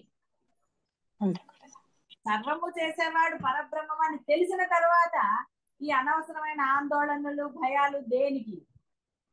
ఇది పెద్ద పరమ దోషం. ఇది యుక్తం అనిపించుకోదు, మూర్ఖత్వం అనిపిస్తుంది. దేనికోసం? అది జరిగేదేమిటో అది జరిగి తీరుతుంది అంతే. మనసులు మారాలి, మీ యొక్క భావన మారాలి, సమత్వం పెరగాలి, ఆ అహంకార మమకారాలను వదలాలి అంటే ఈ యొక్క సత్సంగంలోనే సాధ్యమవుతుంది. ఎవరింట్లో వాళ్ళు ఉన్నప్పుడు అహంకార మమకారాలు పెరుగుతూనే ఉంటాయి. ధర్మము అంటారు, ఇంకోటి అంటారు, అవన్నీ పెరుగుతూ ఉంటాయి. నీది కాని వాళ్ళతో, నీ వాళ్ళు కాని వాళ్ళతో ఉన్నప్పుడే నీ యొక్క అసలుది బయట వస్తుంది. కాబట్టి ఈ సత్సంగాల ముఖ్య ఉద్దేశ్యము నీలో సమత్వము, భావరహితుడుగా నీవు మారడానికి. ఈ యొక్క బలంతో ఇంట్లో ఉన్నా కూడా ఆ అహంకార మమకారాలు మితిమీరకుండా నువ్వు చేస్తే ఆ యొక్క బ్రహ్మత్వాన్ని పొందుతావు. ఇన్నా కష్టపడేది ఏదో ఇదే డబ్బులు ఖర్చు పెట్టుకోవటం. అందువలన ఇక్కడ నిగ్రహించబడిన మనస్సు సుఖంలో గాని దుఃఖంలో గాని ఎవరు అంతగా ఆత్మ వలనే సమంగా చూస్తారో ఆ యోగే అత్యుత్తముడు. కాబట్టి ఏదో జరిగిందని దుఃఖము, ఏదో ఇంకోటి ఏదో జరిగిందని పరమ సంతోషము ఏదీ లేదు, అన్నీ ఒకటే. అలానే సంతోషించద్దనట్లా, ఏడవద్దనట్లా, అవి మనసుకి లేకుండా ఉండాలి. దుఃఖం కలిగింది, ఒక నిమిషం కన్నీళ్లు కార్చడంలో దోషం లేదు. సంతోషం కలిగింది, ఆహా ఓహో అంటంలో దోషం లేదు. అందులోనే ఉండటం తప్పు. ఆ ఏడుస్తూనే ఉండటం, పూర్వపరాలు ఆలోచిస్తూ ఆ ఏడుస్తూనే తలుచుకుని ఏడుస్తూ ఉండటం కూడదు అని చెప్పటం. అలాగే ఆ సంతోషాన్నే పట్టుకుని వేలాడటం కాదు. అక్కడికి సంతోషం అయిపోయింది. తినంగానే కడుపు నిండితే ఆపుతారు కదా, రాత్రికి కూడా కలిపేసి తినేస్తారా? తినరు కదా. అలాగే ఎప్పటిదప్పుడే, ఇప్పటి భావన ఇప్పటిదే. అదే వర్తమానం అంటే. ఇప్పటి ఈ యొక్క స్ఫురణ ఇప్పటిది, తర్వాత స్ఫురణ తర్వాతది. ఏ సమయానికి ఏదొస్తే అదే, అంతే తప్ప ఇక్కడ ఇలాగా. ఇప్పుడు అదేదో ఇంత ముందు కూడా చెప్పుకున్నట్టు, ఇక్కడ ఉంటేనే నేను సాధన చేయగలుగుతాను, అక్కడ ఉంటేనే సాధన చేయగలుగుతాను, ఇలా రకరకాల భావనలు ఏవైతున్నాయో అవన్నీ ఏవి పనికొచ్చేవి కాదు. చదువుకోవడానికి వాడు నా గదిలోనైతే చదువుతాను అంటే ఇవన్నీ కథలు. చదివేవాడికి బయట ప్రదేశంతో కాదు, వాడి మనసు లగ్నం కావాలి చదువు మీద. అప్పుడు వాడు ఎక్కడ కూర్చున్నా, ముళ్ళ మీద కూర్చున్నా వాడు చదవగలుగుతాడు. లైట్ కింద కూర్చుని చదువుకున్న వాడు గొప్పవాళ్ళు అవ్వలేదు. స్ట్రీట్ లైట్ కింద ఎంతో ఉన్నా, ఎన్నో కథలు చెప్పుకోవచ్చు అలాగా. కాబట్టి ఇవన్నీ కూడా కేవలం సమర్థింపులు మాత్రమే. ఇక్కడైతేనే అక్కడైతేనే ఫలానా చోట అని. కాబట్టి ఇక్కడ కేవలం అరుణాచలంలోనే అంటే ఆయన నిర్దేశించాడు కాబట్టి అరుణాచలం. ఆయన నిర్దేశించకపోతే అంటే పరబ్రహ్మం యొక్క నియతి అది, కాబట్టి అది అలా జరిగింది. అంతేగాని ఇది ఒకరి నిర్ణయము ఏది కాదు. అది కేవలం పరబ్రహ్మని నమ్మితే నమ్మండి, నమ్మకపోతే నమ్మదంతే. సామెతలు చెప్పుకోవటమే. కాబట్టి ఎవరిని నమ్మించాల్సిన ఆవశ్యకత కానీ ఇంకొకటి కానీ గురువులకి లేదు. నమ్మినవాడు బాగుపడతాడు, నమ్మని వాడు బాగుపడతాడంటే వాడు బాగు వాడితే కదా. అప్పుడు బాగు వేరు, జ్ఞాని బాగు వేరు. జ్ఞాని లక్షణాలు జీవికి ఎలా వస్తాయి? జీవి అంటాడు నేను నాది చాలా మంచి ఆలోచన, నేను చేసేది ఆహా ఓహో అంటాడు. వాడిని కాదంటాం ఎందుకు? వాడి జీవ లక్షణం అది, వాడికి వదిలేయటమే. అది కాదురా అని వాడిని పట్టుకుని వేలాడితే మటుకు వాడికే అంటే. జ్ఞాని లక్షణాలు తెలిసిన తర్వాత జ్ఞానిగా ఆచరణ పెట్టాలి తప్ప జీవ లక్షణాలతో ఉంటే ఏం లాభం? ఏమీ లేదు. ఎక్కడున్నా సరే ముందు నువ్వు జ్ఞానివి కారా, ఆ తర్వాత సంగతి ఆలోచిద్దాం. అరుణాచలమా, హైదరాబాదా, ఇంకో చోట. నువ్వు జ్ఞానివి కానప్పుడు ఎక్కడున్నా ఓ వృధాని. ఇలా సమర్థింపులుగా చెప్పుకుంటూనే ఉంటారు. ఈ ప్లేసు, ఆ ప్లేసు, అక్కడ ఇక్కడ, ఈ 4 రోజులు, ఆ 4 రోజులు సత్సంగంలో ఇప్పుడు నేను ఇలా చేసేసుకుంటాను వస్తాను అని నిర్ణయాలు కూడా వృధానే. దేనికి నిర్ణయం? జీవుడికి నిర్ణయాలు ఉన్నాయి, జ్ఞానికి నిర్ణయాలు ఎక్కడ? ఆలోచన దేనికి? పరమానందంగా రావాలి అంతే. కేవలం గురువు ఉన్నాడని రావాలి అంతేగాని అక్కడ ఏం చేయాలి, ఏం చేయకూడదు, ఎలా చెప్తారు, పొద్దున్నే లేవాలా, స్నానం చేయాలా వద్దా, ఇన్ని ఆలోచనలతో వచ్చిన వాడు దాంట్లోనే ఉంటాడు. వాడికి జ్ఞానం ఏమొస్తుంది? వాడికి లేచిన మొదలు ఇదే ఆలోచన, అయ్యో ఎన్నో అనుకుని వచ్చానంట అంటాడు. అయ్యో ఏం వండి పెట్టట్లేదు ఏంటండి వీళ్ళని, పచ్చడేసి పెడుతున్నారని. పచ్చడేసి పెట్టినా తిని పరమానందంగా ఉండాలి అంతే తప్ప ఎన్ని ఏముంది వంటవాడని పెట్టారు, ఇన్ని డబ్బులు తీసుకుంటున్నారు, మాకేం పెట్టలేదు ఏంటండి అన్న ఆలోచన వచ్చిన వాడికి ఎప్పుడూ దిగులే. కాబట్టి సుఖంలో గాని దుఃఖంలో గాని ఎవరు అంతటా ఆత్మవలనే సమంగా ఉంటారో వాడే ఉత్తముడు. ద్వేషం లేనివాడు, సర్వ ప్రాణుల పట్ల మైత్రి కరుణ గలవాడు, మమకార రహితుడు, నిరహంకారుడు, సుఖ దుఃఖాలలో క్షముడు, క్షమాశీలుడు. అలాంటి వాడే అసలు అంటే ఈ యొక్క జ్ఞాని లక్షణాలు. ద్వేషం లేనివాడు కాబట్టి ఎవరి యందు అది ఎవరైనా సరే మీకు ద్రోహం వాడు మీకు పరమ ద్రోహం చేసి ఉండవచ్చు. మీ గురించి అసందర్భ ప్రేలాపన నుండి మీ గురించి చెడు ప్రచారం చేసే వాళ్ళు కానివ్వండి, ఎవరైనా సరే వాడి పట్ల కూడా మీకు ఏ భావం ఉండరాదు. అది వాడి సంస్కారం.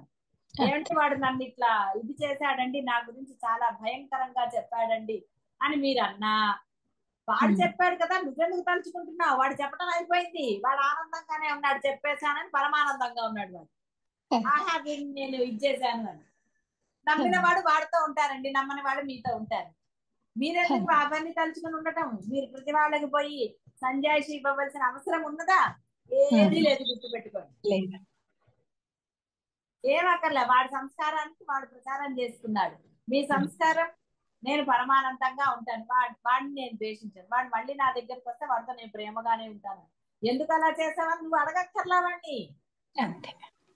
అడగకపోతే ఎలా అంటే నువ్వు అడగాల్సి వస్తే అంటే నీ చేత అడిగించాలని బ్రహ్మనీతి ఉంటే నువ్వు అడుగుతావు. అడగనప్పుడు దేనికండి? ఆలోచన దేనికి ఇచ్చి వీడు పరమ దుర్మార్గుడండి, నా గురించి ఇలా చేశాడు, ఏదో చేశాడు, పోనీ మీ 1,00,000 రూపాయలు కొట్టేశాడు అనుకో, ఇంకోటి ఏదో చేశాడు అనుకున్నాడు, పోనీ రాదంటే ఆ 1,00,000 రూపాయలతో ఏం చేస్తాడు వాడు? ఏదైనా అంతే, బాహ్య ప్రపంచంలో అన్ని నశించేవే. అది గుర్తుంచుకున్నవాడు ద్వేషం లేకుండానే ఉంటాడు, ఎవరిని ద్వేషించాడు. అసలు భావమే లేదు. వాడు ఫలానా అని వాడికి ఇదిలే భావన లేనప్పుడు ద్వేషం మటుకు ఎందుకు వస్తుందండి? భావన ఉన్న వాడికే ప్రేమ గాని ద్వేషం గాని ఇంకోటి గాని వస్తుంది. అసలు భావనే లేదు, అరే నథింగ్ అన్నారు అనుకోండి, నథింగ్ అనే వాడి దగ్గర ఏమిటండి? చచ్చిపోయాడు, ఒకళ్ళు చనిపోయారు అనుకోండి, వాడి మీద నువ్వు ద్వేషం చూపిస్తే ఏంటి, ప్రేమ చూపిస్తే అంతే, ఏముండదు. ఒక చిన్న సంఘటన సరే ఒక తల్లి చాలా విసిగించేది అనుకోండి, కొడుకుని కోడల్ని చాలా రకాలుగా, ఆవిడ తత్వం అది. ఉమ్. సో తల్లికి సీరియస్ ఉందన్న కొడుకు రాలా, అంటే వాళ్ళందరూ ఈ మధ్యలో అందరూ విదేశాలే కదా, అందుకని అవును. వాడు దాన్ని పోస్ట్ పోన్ చేస్తూనే ఉన్నాడు, రాలేదు. ఆఖరికి తల్లి చనిపోయాక వచ్చాడు వాడు. అవును. వచ్చి అప్పుడు తల్లి శరీరానికి, అంటే అది కొంచెం నాకే జుగుప్సాకరంగా అనిపించింది. ముద్దులు పెట్టుకోవటము, ప్రేమగా మాట్లాడటం, దేనికి? తల్లి వింటుందా? లేదమ్మా. దేనికి? ఇప్పుడు ఆ షో అందరికి తల్లి సీరియస్ గా ఉంది, ఆసుపత్రిలో వారం రోజులు ఉంటే కూడా రాని వాడు ఉమ్. చనిపోయాక వచ్చి అవన్నీ చేస్తే దేనికండి? ఉమ్. ఏమిటి దోషం ప్రయోజనం? నలుగురి లేదు. కోసమా? అంతే. కాబట్టి ఇలాంటివి, ఇదంతా కపటత్వం కాక ఏమవుతుంది? కాబట్టి ఇవన్నీ కపటత్వం. పక్కన పెట్టండి. నేను అలా ఎందుకు చెప్తున్నాను అంటే, ఇలాంటివన్నీ ద్వేషం ఉన్నవాడే అలా చేయగలుగుతారు. నన్ను ఉమ్. హింసించింది కాబట్టి నేను ఎందుకు వెళ్ళాలి అనుకుంటాడు. ఉమ్. అసలు అలా అనుకోవడం తల్లి కాదు, ఎవరైనా సరే నీకు వీలుంటే రా, వచ్చి చూడు, పో, అయిపోయి. అంతే. అంతే తప్ప ద్వేషంతో నువ్వు చేస్తే, ఇదిగో సర్వ ఏర్పడదు. ప్రాణుల పట్ల మైత్రి. కాబట్టి సర్వ ప్రాణులు అంటే ఇక్కడ జంతువులు, కీటకాలు అన్ని వస్తాయి. దేన్ని నువ్వు తీరిగ్గా కూర్చుని హింస పెట్టక్కర్లా, వాటి మానాన అవి పోతాయి. ఆ. వాటిని నువ్వేమి ఇది చేయక్కర్లే. అలాగే పాము కథ చెప్పుకున్నాం, అది బుస కొట్టకపోతే అందరు కొట్టారు. ఏమిటి స్వామి నువ్వు ఇలా అన్నావంటే, నేను అలా చెప్పలేదు, ఒట్టిగా బుస కొట్టు, వాళ్ళకి హాని చెయ్యకు, నువ్వు నీ దగ్గరికి రారు కదా, నిన్ను నువ్వు ఉమ్. రక్షించుకోవడంలో దోషం లేదు అని చెప్పాడు. అవును. అప్పుడు అది బుస కొట్టడం మొదలెట్టింది, దాన్ని హింసించట్లేదు. ఇది అంతే. ఉమ్. ఎంతవరకు అంతవరకు సహనంగా ఉండవచ్చు. బియాండ్ వెళ్ళినప్పుడు నాలుగు పెట్టను వచ్చు. కరుణ కలవాడు, మమకార రహితుడు, నిరహంకారుడు, సుఖ దుఃఖాలలో సమంగా ఉండాలి, క్షమాశీనుడు. క్షమించడం అనేది లేకపోతే ఇంకెందుకు పనికొస్తారు? ఆ క్షమాపణ లేకపోతే గురువు దగ్గర మీరు ఎవరుంటారండి? ఒకళ్ళు ఉండేవాళ్ళు కాదు. అవునమ్మా. అప్పుడు అవును. గురువే కాదు అసలు. ఉమ్. క్షమాగుణం లేని వాళ్ళు గురువు ఎలా అవుతారండి? అమ్మా. కాబట్టి దానిని గ్రాంటెడ్ గా తీసుకోరాదు. క్షమిస్తున్నారు కదా అని పునరపి పునరపి దోషాలే చేస్తూ ఉన్నారు.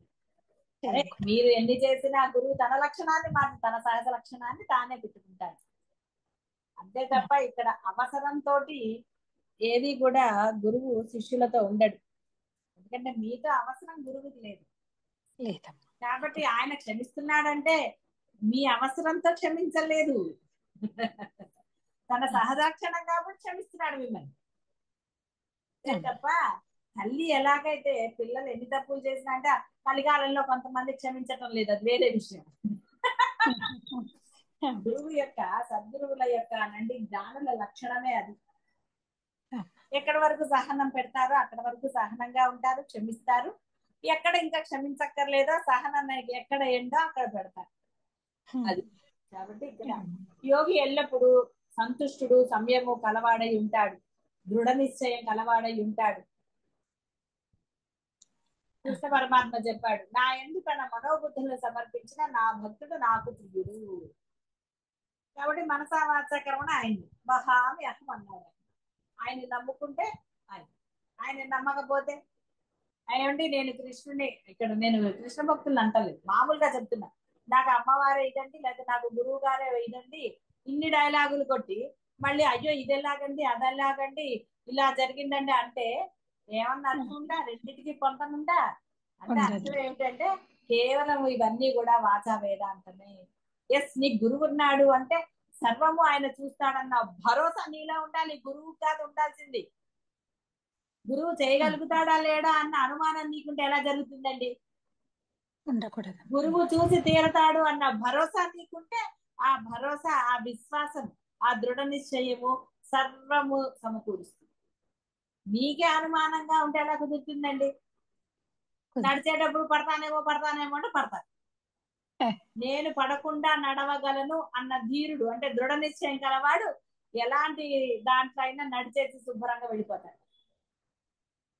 కాబట్టి దృఢ నిశ్చయమో, ఆ యొక్క విశ్వాసమో ఏదైనా సరే, గురువుని కావచ్చు, దైవం కావచ్చు, పరమాత్మని పట్టుకున్న వాడికి ఉండాలి. ఉన్నది పరమాత్మే అని ఆ దృఢ నిశ్చయం ఉన్నాడు కాబట్టి వాడు జ్ఞాని అవుతాడు. వాడు ఎప్పుడు హాయిగా ఆనందంగానే ఉంటాడు. ఎందుకంటే ఏది తాను కాదు, ఈ దేహంది కాదు. అని వాడు తెలుసుకుంటాడు కాబట్టి వాడు శుభ్రంగానే ఉంటాడు. ఎవరితో ఎలా మాట్లాడాలి అలా అంటాడు, లౌకికము మాట్లాడతాడు, ఏమి తెలియనట్టు ఉంటాడు, అన్ని తెలిసినట్టు ఉంటాడు. ఈ ఏ విధంగా ఉంటాడని ఎక్కడా చెప్పబడలేదు. ఎందుకంటే ఎలా ఉన్నా వాడికి దాంతో పని లేదు కాబట్టి. చిన్నపిల్లాడు మిమ్మల్ని తిట్టాడని వాడిని ద్వేషించి ఇంట్లో చెలగొట్టారండి? ఏం వెళ్ళగొట్టరు, టేక్ కేర్ అంటే నవ్వుతారు, వాడికి తెలియని వాడు కాబట్టి. అలాగే జ్ఞాని తనతో వ్యవహారం చేసే వాళ్ళతోటి అలాగే వ్యవహారం చేసి నవ్వుకుంటాడు, అంతే తప్ప అక్కడ జ్ఞానికి ఏదో లేదని కాదు. అయ్యో పాపం అనుకుంటారు కొంతమంది. ఇలా రకరకాల భావాలు, దృఢ నిశ్చయం ఉండాలి. కాబట్టి అన్ని సమర్పించిన వాడు గురువు ఎందా దైవమందా ఎవరి ఎందైనా సరే, నువ్వు ఆరాధించే రూపంతో ఉన్న దైవం అందైనా సమర్పించాలి. అలా సమర్పించిన వాడికే అది జరుగుతుంది. రమణ మహర్షి కూడా అరుణాచల శివ అనుకుంటూనే వచ్చి సమర్పించేశాడు. అలా ఎప్పుడైతే అది సమర్పించాడో వహామ్యహం అన్నాడు, ఆయన్ని తన వాడిగా చేసుకున్నాడు, తనంత వాడిగా చేశాడు, తానే అయ్యాడు. మీరు గురువుగా భావించే వాళ్ళైనా అమ్మను పట్టుకునే అమ్మే సర్వం అనుకున్నారు కాబట్టి ఆ అమ్మ ఏం చేయాలో అని చేసింది. ఎవరి వలన లోకం ఉద్వేగం పొందదు, ఎవరు లోకం వలన కలవరం పొందరో, హర్ష ఈర్ష్య భయ ఆందోళనలు వీటి నుండి ఎవరు ముక్తుడో అతడు నాకు ఇష్టమైన వాడు అన్నాడు ఆ బ్రహ్మ. ఎవరి వలన లోకం ఉద్వేగము పొందదో, వామ్మో వాళ్ళు వస్తున్నారండి లేనిపోని టెన్షన్, ఇక్కడ గురువు వస్తున్నాడని సంతోషం పొందేవాడు హాయిగా ఆనందంగా, అమ్మో గురువు గారు వస్తున్నారు ఏమవుతుందో ఏమిటో ఏమంటారో ఏంటో అనుకున్నవాడు అక్కడ గురువు దోషం కాదు, వాడి వాడు ఉద్వేగం పొందుతున్నాడు. గురువు వస్తున్నారు పరమానందము నా యొక్క భాగ్యం పండిందో అలా డైలాగులు కొట్టుకున్నాడు అనుకోండి, వాడు అన్ని చక్కగా చేస్తాడు, వాడికి అసలు ఏది బాధ లేదు. అయ్యి బాబాయ్ వస్తున్నారు ఏంటో ఏం చెయ్యాలో ఏమిటో అన్నవాడు మంచినీళ్ళు కూడా ఇవ్వడు, గురువు అడిగి తీసుకుంటాడు. అప్పుడు ఏం చేస్తాడు మరి ఇవ్వకపోతే, దాచినప్పుడు కదా. ఇలా రకరకాలుగా జరుగుతాయి. ఎందుకంటే వాడికి మనసులో భయం, భయం కాదు ఉండవలసింది సమర్పణ భావం. ఎప్పుడైతే సమర్పణ భావం ఉందో గురువు వచ్చినప్పుడు పరమానందాన్ని పొందుతాడు, వెళ్ళిన తర్వాత కూడా పరమానందంగానే ఉంటాడు. ఆ లోపల ఉన్నవాడు వచ్చినప్పుడు టెన్షనే, వెళ్ళాక టెన్షనే. కాబట్టి లోకం ఉద్వేగం పొందదు, ఎవరు లోకం వలన కలవరం పొందరు. కాబట్టి అవతల వాడు ఏదో చేశాడని వాడి మీద ద్వేషం ఉండదు, ఏదీ లేదు. పాయింట్ అవుట్ చేస్తున్నానంటే మీ దోషాలు ఎత్తి చూపిస్తున్నానని కాదు, ఎందుకు అలా దోషం చేస్తున్నారు అని అనవసరమైన విషయాలు అవన్నీ కూడా. ఆనందం పొందవలసిన ఆ సందర్భాలలో ఆనందం తప్ప మిగతావి పొందుతున్నారు. అవి కూడదు అని చెప్పడమే ఆ యొక్క చెప్పే, అంటే ఆ పాయింట్ అవుట్ చేసే ఉద్దేశం, అంతే తప్ప మీరు ఏదో చెయ్యలేదని కానీ ఇంకోటని కానీ కాదు. అలాంటివి అయితే మళ్ళీ ఎందుకు వస్తాడండి, వీళ్ళకి పనిలోకి వస్తాడా, మీతో మాట్లాడతారా గురువులు? వాళ్ళకి ఏం అవసరం అండి, రావాల్సిన ఆవశ్యకత లేదు. మీ ఇంట్లో వచ్చి చూడటమో ఇంకోటో చేయటం ఏమిటి అవసరం అండి? మీరేదో ఇచ్చిస్తారని వస్తారా? ఇవ్వలేదని రావటం మానేస్తారా? సందర్భాన్ని బట్టి ఏదైనా చేస్తారు. ఇవ్వటం ఇవ్వకపోవడం అనేది అవతల వాడి సంస్కారమో ఇంకోటో, దాని గురించి చింత ఎందుకండి. అసలు భావనే సంస్కారం, భావరహితుడు ఎప్పుడు బ్రహ్మాండంగానే ఉంటాడు. అర్జునుడు ఏడిస్తే ఏమన్నాడు, ఓ నా తాతలు నా వాళ్ళు చచ్చిపోతారు అది ఇది అన్నాడు యుద్ధ భూమికి. ఎందుకురా ప్రగల్భాలు పలుకుతావు, కానీ నువ్వు చేసేది ఏమిటి అక్కడ, చేసేది చేయించేదంతా నేనే, ఓవర్ యాక్షన్ చేయకన్నా. మరి అంతా గురువే అని మీరు నవ్వినప్పుడు మళ్ళా మీరు ఏదో చెయ్యలేదని చెయ్యాలని ఇంకోటని ఎందుకండి భావిస్తారు? అంతా గురువే అనుకున్నప్పుడు ఆ స్ఫురణ అవుతుంది, అన్ని జరుగుతాయి, సవ్యంగా ఉంటాయి, బ్రహ్మాండంగా జరుగుతాయి. కాబట్టి ఎవరి వలన లోకం ఉద్వేగం పొందదో, ఎవరు లోకం వలన కలవరం పొందరో, హర్ష ఈర్ష భయము ఆందోళన నుండి ఎవరు ముక్తుగా అతడు నాకు ప్రియుడు అన్నాడు. ఎట్టి ఆశ లేనివాడు, స్వచ్ఛమైన వాడు, సమయస్ఫూర్తి కలవాడు, అనాసక్తుడు, వ్యధ లేనివాడు, ఏ పని చేద్దామన్న ఆరాటం లేనివాడు ఎవడో వాడు నాకు ఇష్టం. అంటే పరమాత్మ అంటే భక్తి తప్ప వాడికి అన్యం లేదు. ఎంతసేపు ఆ పరబ్రహ్మ స్మరణ చేసుకోవటమా, అవి ఆచరణలో పెట్టటమా, అలా ఉన్నవాడికి ఏ గోళ లేదు, పరమానందంగా ఉంటాడు, ఏ గొడవ లేదు. వాడే నాకు ఇష్టం అన్నాడు. పరబ్రహ్మ ఏమంటాడు మరి, పరబ్రహ్మ లక్షణాలు కలుగున్న వాళ్ళకి ఇష్టం ఉంటాడే అంటే మీరేమంటారంటే మిమ్మల్ని పొగిడిన వాళ్ళు మీకు ఇష్టం ఉంటారు. మీరు ఏ తప్పు చేసినా మిమ్మల్ని సమర్థించే వాళ్ళు ఇష్టం. గురువు అంటే ఎందుకండి కోపం వస్తుంది, అందుకే కోపం వస్తుంది. అన్నిటికీ మిమ్మల్ని పొగడ్డు, మీరంటే ఇష్టం అనడు, మిమ్మల్ని మెచ్చుకోడు. అందుకని గురువు అంటే కోపం వస్తుంది, గురువు అంటే భయం అంటారు, గురువు అంటే ఇంకోటి అంటారు. ఎప్పుడు లేదు. మీ యోగక్షేమాన్ని మహామేహం అన్నవాళ్ళు ఇలా నిర్భయంగానే చెప్తారు. ఒరే వాళ్ళే నాకు ఇష్టం రా అని ఆయన నిర్భయంగా చెప్పాడు. ఆయనకి భయం ఎందుకండి? పరమాత్మని, కృష్ణ పరమాత్మని ఎందుకు భయపడతాడు? లేదు. ఇందాక చెప్పాడు నీ శ్రేయస్సు కోరుకునేవాడు కాబట్టి చెప్పాడు, ఒరే ఇలా ఉండరా అని చెప్పాడు. గురువైనా శ్రేయస్సు కోరుతాడు కాబట్టి అదే చెప్తాడు. అమ్మ. దోషాలు చెప్పకుండా ఇలా చెయ్యి అలా చెయ్యి అంటే నీ దోషాలు ఎవడో పరిహరించాలి. కాబట్టి ఆ దోషం ఇదిగా, నీ దోషం ఇలా అనుకోవటమే పరమ దోషంగా, అనుకోవటం మానేయి అని చెప్తారు. కానీ నేను మానను అంటే ఏం చేస్తారండి? నాకు కూడా చెప్పు. ఏం జరగాలో జరుగుతూ ఉంటుంది. ఎప్పటి వరకు అప్పటి వరకు. నేను అనుకోవటం మటుకు మానానండి ఈ జన్మకి అంటే చేసేది ఏమీ లేదు. కాలక్షేపం, పురాణ కాలక్షేపం లాగా వేదాంత కాలక్షేపం, శ్మశాన వైరాగ్యాలు ఇలాంటివన్నీ దేనికి పనికొస్తాయండి? దేనికి పనికిరావు. కాబట్టి అనుకోవటం అనే ఆ పరమదోషాన్ని గుర్తించిన వారికి గురువు పట్ల ఏ భావము ఉండదు. హాయిగా ఉంటారు, ఆనందంగా ఉంటారు. ఏ భావము లేదంటే అర్థము బాహ్య భావనలని నా ఉద్దేశం. జీవ లక్షణాలు ఉండవని. వాడు ఆ యొక్క సరెండర్నెస్, శరణాగతితో ఉంటాడు. శరణాగతి ఉన్నవాడికి పరమానందమే ఉంటుంది. శరణాగతి లేనివాడే రకరకాల భావనలు. కాబట్టి వాచా వేదాంతంలో శరణాగతి కాదు, ఆచరణలో శరణాగతి ఉండాలి. ఆచరణలో శరణాగతి ఉన్నవాడు ఎప్పుడూ ఆనందమే. అప్పుడు గురువు తన ఎదురుగుండా లేడు, ఎక్కడో ఉన్నాడు, వస్తాడు అన్న భావన లేదు. గురువు ఎప్పుడూ తనతోనే ఉన్నాడు, తనలోనే ఉన్నాడు, తనతోనే ఉన్నాడు. ముందు వెనక రుద్రం చదివినప్పుడు చెప్తారు, ముందు వెనక పైన కింద అంతటా ఉన్న రుద్రుడికి నమస్కారము.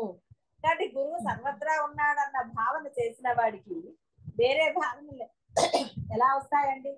రాము. గురువే సర్వము, ఆయనే చూసుకుంటాడు. చేసేది చేయించేది చేయబడేది అంతా పరబ్రహ్మమే అన్నప్పుడు ఏమిటి మీరు చెయ్యాలని అనుకోవటం, చెయ్యలేదని అనుకోవటం. కాబట్టి ఇవన్నీ కూడా ఇది ఇది ఈ సూక్ష్మాన్ని గ్రహించాలి. అది గ్రహించి అనుకోవటం మానేసి స్మరణలో ఉంటే, నిశ్చయ బుద్ధి కలిగి ఉంటే, ఆచరణ పెట్టుకుంటే సర్వము బ్రహ్మమయం. శుభం భూయాత్.